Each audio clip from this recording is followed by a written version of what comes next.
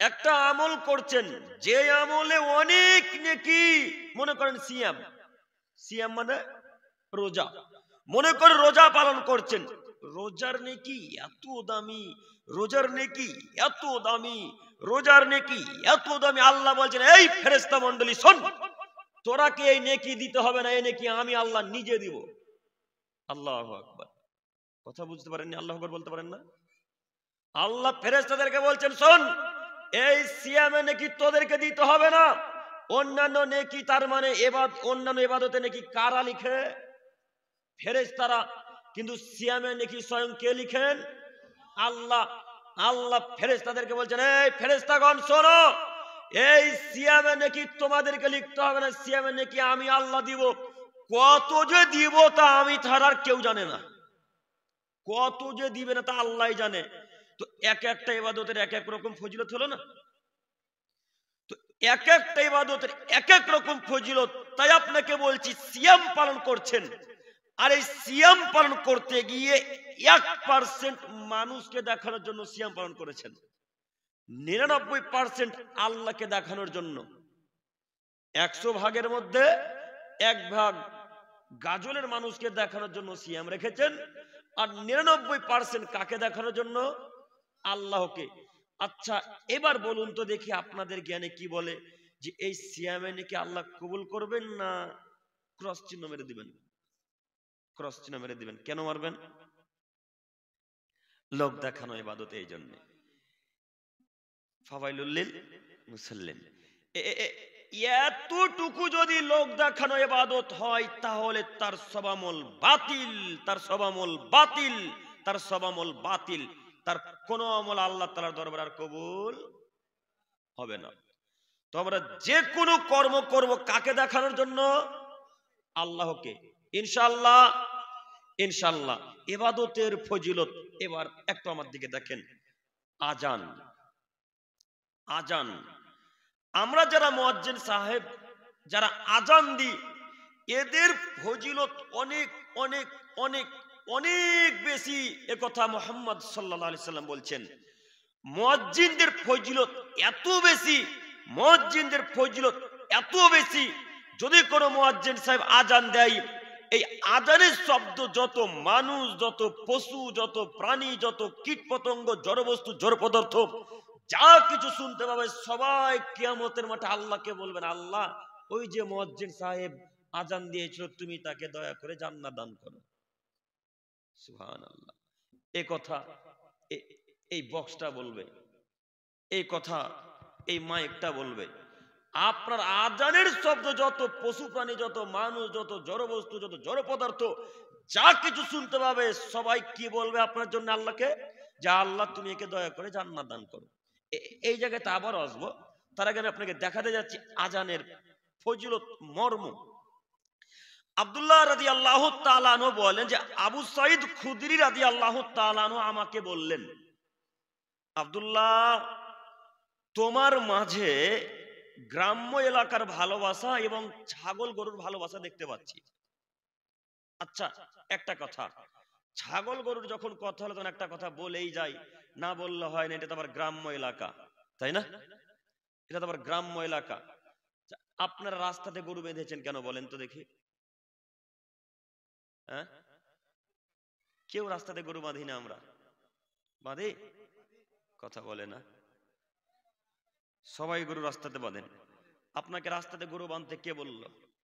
কে বললো রাস্তাতে গরু বাঁধতে? কে বলেছে রাস্তাতে গরু বাঁধতে? আপনি রাস্তাতে গরু বাঁধলেন কেন? ওই রাস্তাতে যখন একটা টোটো যায়, টোটো বুঝলেন কি? চেন্নাই নাকি? টোটো, টোটো। ওই রাস্তাতে যখন একটা টোটো যায়, তখন টোটোওয়ালাটা যেতে অসুবিধা হয় না? ওই রাস্তাতে যখন একটা 4 চাকা যায়, তখন ওই 4 চাকাওয়ালার অসুবিধা হয় না? যদি অসুবিধাই হলো, তো আপনি রাস্তাতে গরু বাঁধলেন কেন, ছাগল বাঁধলেন কেন? আপনাকে আল্লাহ এবং আল্লাহ রসুল বলছে রাস্তার হক আদায় করা লাগবে। রাস্তার হক যদি আদায় করতে হয়, গরু আপনি কিভাবে বাঁধতে পারেন? কিভাবে গরু বাঁধতে পারেন? গ্রাম্য এলাকা দেখলে এইগুলো বেশি দেখা যায়, যে এমন ভাবে গরু বেঁধেছে যে গোটা রাস্তাতে পায়খানা করে রেখেছে। বাইক নিয়ে যারা যায় তারা স্লিপ কেটে পড়ে যায় বেশিরভাগ। কথা মিলে না মনে হয়?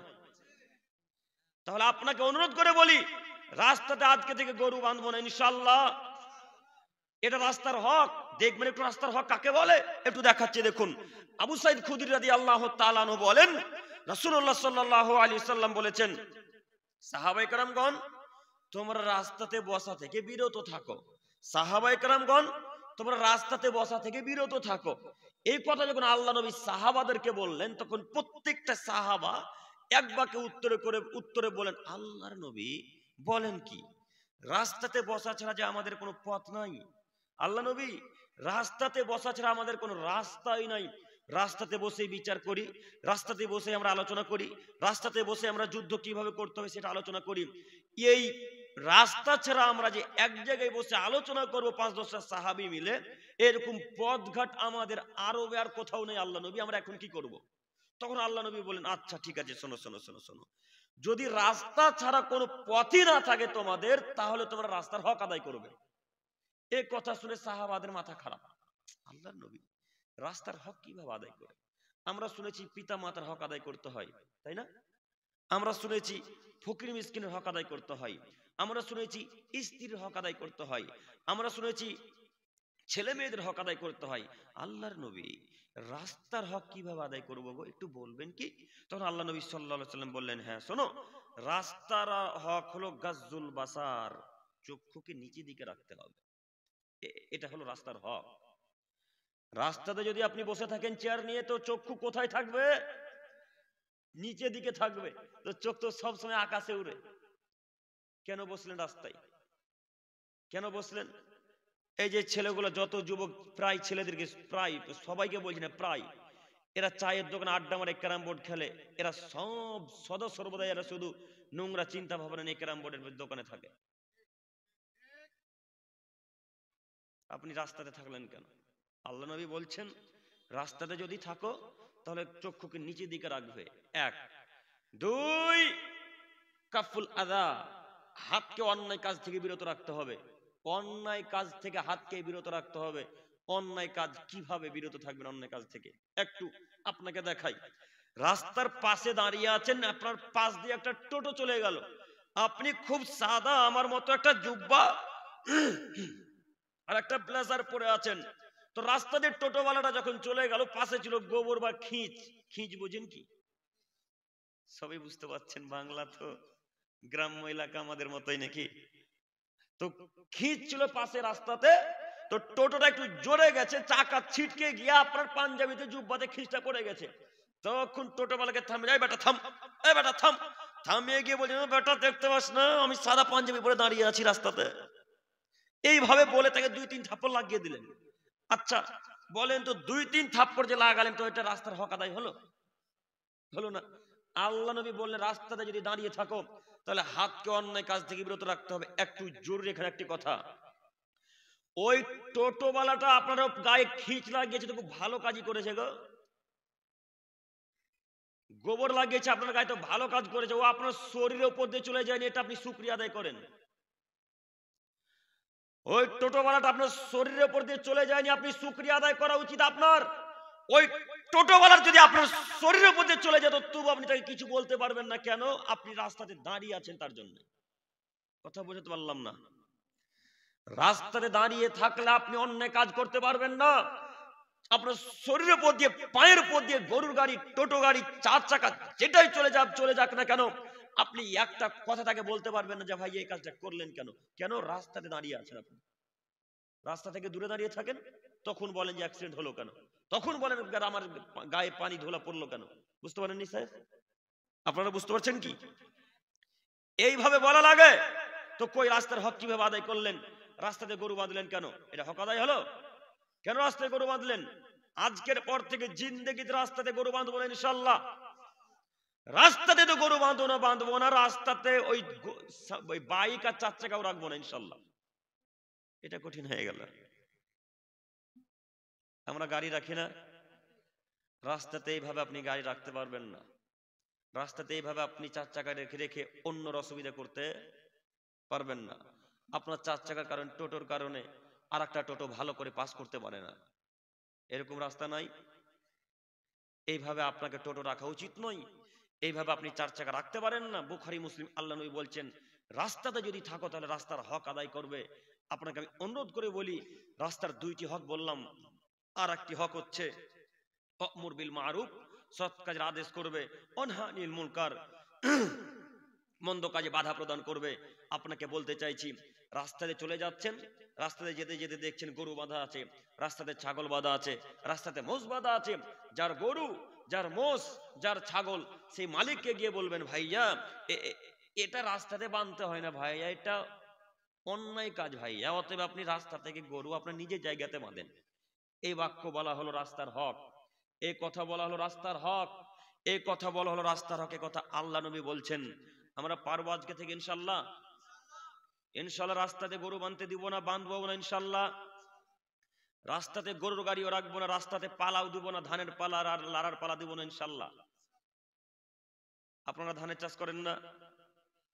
অনেকে দেখা যায় ধানের পালাটা রাস্তার গায়ে লাগিয়ে দিয়েছে, পাশে আর একটা গাড়ি যেতে পারে না ভালো করে। কথা বলে আমার সবই ভুল হচ্ছে। বুখারী মুসলিম, আল্লাহ নবী বলছেন রাস্তার হক আদায় করবে। তো যাই হোক, যে কথা বলতে গিয়ে এত দূর চলে এলাম, আব্দুল্লাহ রাদিয়াল্লাহু তাআলা আনহু, আবু সাইদ খুদরী রাদিয়াল্লাহু তাআলা আনহু বলছেন, আব্দুল্লাহ, আমি তোমার মাঝে গ্রাম্য এলাকার ভালোবাসা দেখতে পাচ্ছি এবং গরু ছাগলের ভালোবাসা দেখতে পাচ্ছি। অতএব তুমি যখন গ্রাম্য এলাকাতে চলে যাবে, শহর থেকে, আরব থেকে, মক্কা থেকে যখন গ্রাম্য এলাকাতে চলে যাবে আব্দুল্লাহ, গরু ছাগল নিয়ে যখন চলে যাবে, তার মানে বোঝা যাচ্ছে আব্দুল্লাহ রাখাল মানুষ। তার মানে হাদিসের বর্ণনাতে বোঝা যাচ্ছে আব্দুল্লাহ রাদিয়াল্লাহু তাআলা আনহু একজন রাখাল সাহাবী।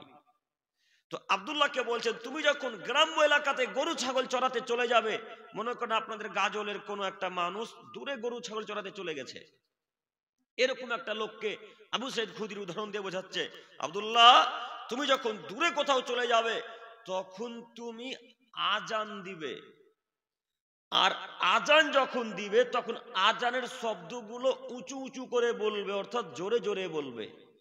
আব্দুল্লাহ, আজানের শব্দগুলো জোরে জোরে এই জন্যে বলবে যে তোমার আজানের শব্দ যত পশু প্রাণী, যত গরু ছাগল, যত উট দুম্বা, যত পিপিলিকা, প্রজাপতি, কীটপতঙ্গ, জড়বস্তু, জড় পদার্থ, মানুষ, জিন, পাথর, যা কিছু আছে পৃথিবীতে, এরা যতজন তোমার আজানের শব্দ শুনতে পাবে, এরা সবাই আল্লাহর কাছে গিয়ে সাক্ষ্য দিয়ে আল্লাহকে বলবে, আল্লাহ, আব্দুল্লাহ আজান দিয়েছে, তুমি তাকে জাহান্নামে দিও না।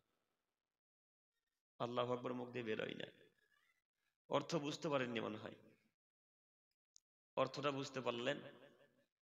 যারা আজান দেয় তাদের জন্য আল্লাহর কাছে কারা সুপারিশ করবে? যত জিনিস আজানের শব্দ শুনতে পাবে। তাহলে আপনাকে আমি এই বাক্যের ব্যাখ্যাতে বলতে চাইছি, আজকে থেকে আজান দেওয়ার চেষ্টা করবো ইনশাল্লাহ। ইনশাল্লাহ আজান দেওয়ার চেষ্টা করা উচিত। আজানের নেকি যে কত বেশি, তা আমি আপনাকে কি দিয়ে বুঝাই? একবার আল্লাহু আকবার বললে কত কিছু শুনতে পাবে বলেন তো। এখন তো মাইকের আওয়াজ চলে যাচ্ছে পূর্ব থেকে পশ্চিম, পশ্চিম থেকে উত্তর হতে দক্ষিণ চলে যায় না? এই গাজল আজান দিচ্ছেন তো চাঁচলে শোনা যাচ্ছে, শোনা যায় না? গাজল আজান দিচ্ছেন তো শামসি থেকে আওয়াজ পাওয়া যাচ্ছে। তো শামসিতে যত মানুষ আছে স্টেশনে, এরা সবাই বলবে, আল্লাহ, ওই লোকটা গাজল আজান দিয়েছিল, আল্লাহ তুমি তাকে জান্নাত দান করো, বলবে না? বুখারী মুসলিম, আপনাকে আমি অনুরোধ করে বলি, আজকে থেকে আজান দেওয়ার চেষ্টা করবো ইনশাল্লাহ। ইনশাল্লাহ। আব্দুল্লাহ রাদিয়াল্লাহু তাআলা আনহু, আবু সাইদ খুদরী রাদিয়াল্লাহু তাআলা আনহু বলছেন, আব্দুল্লাহ শোনো, এই যে কথা আমি তোমাকে বললাম, এই হুবাহুব কথা আমি মুহাম্মদ সাল্লাল্লাহু আলাইহি সাল্লামকে বলতে শুনেছি, তাই আমি তোমাকে বললাম। কেন আব্দুল্লাহ? শোনো, আমি একটা বাক্য নিজের পক্ষ থেকে বলে জাহান্নাম কিনতে রাজি নই আব্দুল্লাহ। শোনো, আল্লাহ নবী বলেছেন, মান কাযাবা আলাইয়া মুতাম্মিদান ফালিয়াতাবাওয়া মাকাদাহু মিনান নার।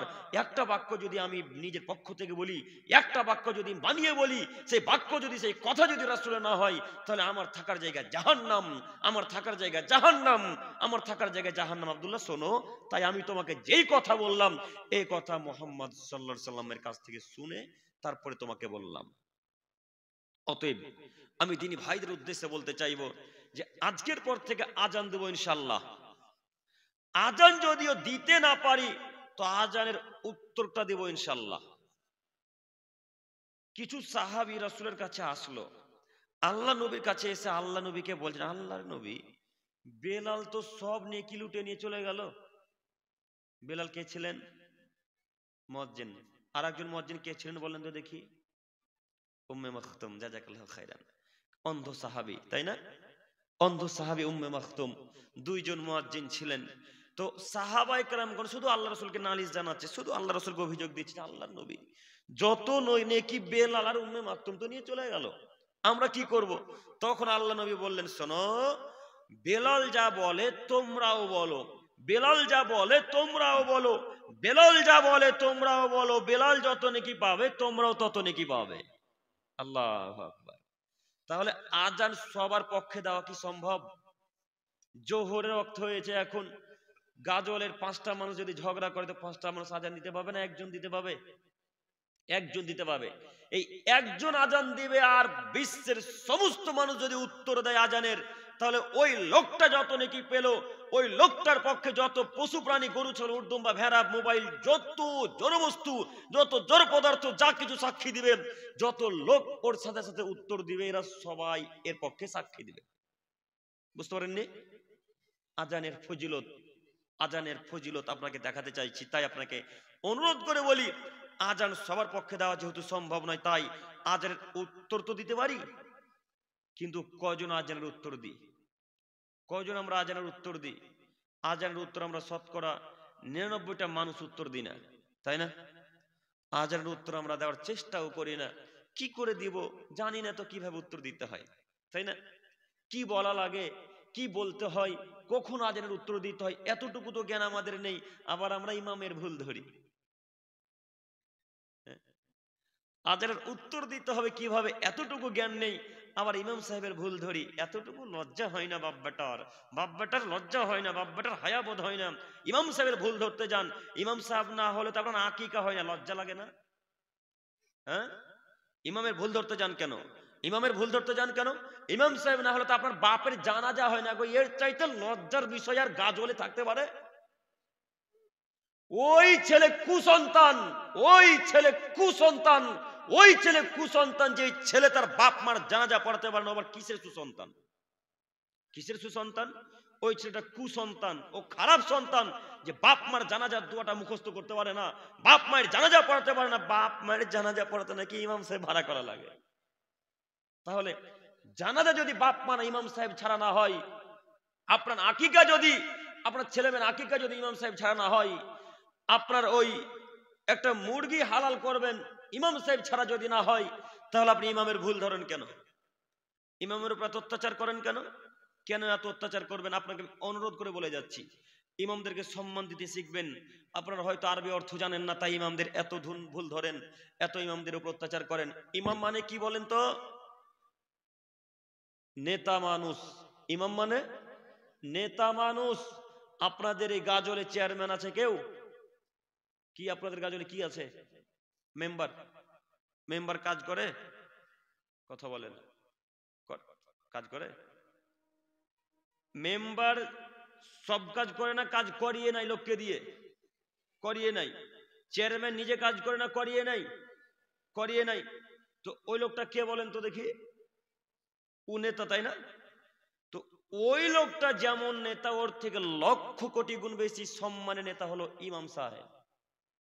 কথা বুঝেননি? এত দামি ইমামদের, এত দাম ইমামদের, এত সম্মান। আল্লাহ নবী বলছেন, আমার উত্তরাধিকারী হলো আলেমেরা, আমার উত্তরাধিকারী হলো আলেমেরা, আমার উত্তরাধিকারী হলো আলেমেরা। একবারও আল্লাহ নবী বললেন না আমার উত্তরাধিকারী হলেন চেয়ারম্যানেরা, আমার উত্তরাধিকারী হলেন মেম্বারেরা, আমার উত্তরাধিকারী হলেন রাজারা, আমার উত্তরাধিকারী হলেন প্রধানমন্ত্রীরা, আমার উত্তরাধিকারী হলেন মুখ্যমন্ত্রীরা, আমার উত্তরাধিকারী হলেন সর্দার, ক্যাশিয়ার, সভাপতিরা। এই বাক্য আল্লাহ রাসূল একবার ব্যবহার করেছেন? একবার ব্যবহার করেননি। বাক্য যেটা ব্যবহার করেছেন সেটা কি বলেন তো? আম্বিয়া, আলেম মানুষ, যারা শিক্ষিত মানুষ, যারা আরবি জ্ঞান রাখে, তারা হলো আল্লাহ রসুলের ওয়ারিস, তারা আল্লাহ রসুলের উত্তরাধিকারী। এত বড় দামি মানুষকে আপনি কিসের জন্য ধমকি দিয়ে কথা বলেন? এত দামি মানুষকে কিসের জন্য আপনি ধমক দিয়ে কথা বলেন? জি, আপনাকে আমি অনুরোধ করে বলতে চাইছি, আজকে থেকে ইমামকে এইভাবে নোংরা ভাষায়, অকথ্য ভাষায় ডাকবো না ইনশাল্লাহ। ইমামদেরকে সম্মান দেবো ইনশাল্লাহ। ইমামদেরকে মাথার তাজ করে রাখবো ইনশাল্লাহ। ইনশাল্লাহ না শুধু এখন ইনশাল্লাহ হচ্ছে? উঠবেন তখন লঙ্গি ঝেড়ে বাড়ি চলে যাবেন? আব্দুল করিম ভাই বলল, শুনলাম, আবার চলে যাবে। এইভাবে যদি বক্তব্য শোনেন তো কোনো উপকার আসবে না। একটু এই জায়গাতে থাকলাম, আবার এখানে আসবো, পয়েন্ট মনে রাখবেন। একটু আমার দিকে তাকান। আবু হুরায়রা রাদিয়াল্লাহু তাআলা আনহু বলেন, রাসূলুল্লাহ সাল্লাল্লাহু আলাইহি ওয়াসাল্লাম বলেছেন, লাউ ইয়ালামু নাসু মা ফি নিদায় সাফিল আউয়াল, পৃথিবীর মানুষ তোমরা যদি জানতে প্রথম কাতারে দাঁড়ানোতে কত নেকি আছে এবং আযান দেওয়াতে কত নেকি আছে, তাহলে তোমরা টিকিট করতে, লটারি করতে। আল্লাহ নবী বলছেন, আদমের ছেলে মেয়ে তোমরা যদি জানতে আযান দেওয়াতে কত নেকি আছে, সালাতের প্রথম কাতারে দাঁড়ানোতে কত নেকি আছে, তাহলে তোমরা লটারি করতে, তাহলে তোমরা টিকিট করতে, তাহলে তোমরা লটারি করতে। আমরা যেহেতু আদমের ছেলে মেয়ে জানি না, তাই আমরা প্রথম কাতারে দাঁড়ানোর জন্য ঝগড়া করি না। আমরা আদমের ছেলে মেয়ে নেকি জানি না, তাই আমরা আযান দেওয়ার জন্য ঝগড়া করি না। আমরা আদমের ছেলে মেয়ে আযানের নেকি কত তা জানি না, সালাতের আউয়াল কাতারে প্রথম রাকাতে দাঁড়ানোতে কত নেকি এ কথা আমরা জানি না, তাই আমরা ঝগড়া বিবাদ করি না। তাই তো আমরা জুমার দিনেও যখন ইমাম সাহেব খুতবা শেষ করবে এমত অবস্থায় পিছনে গিয়ে দাঁড়াই।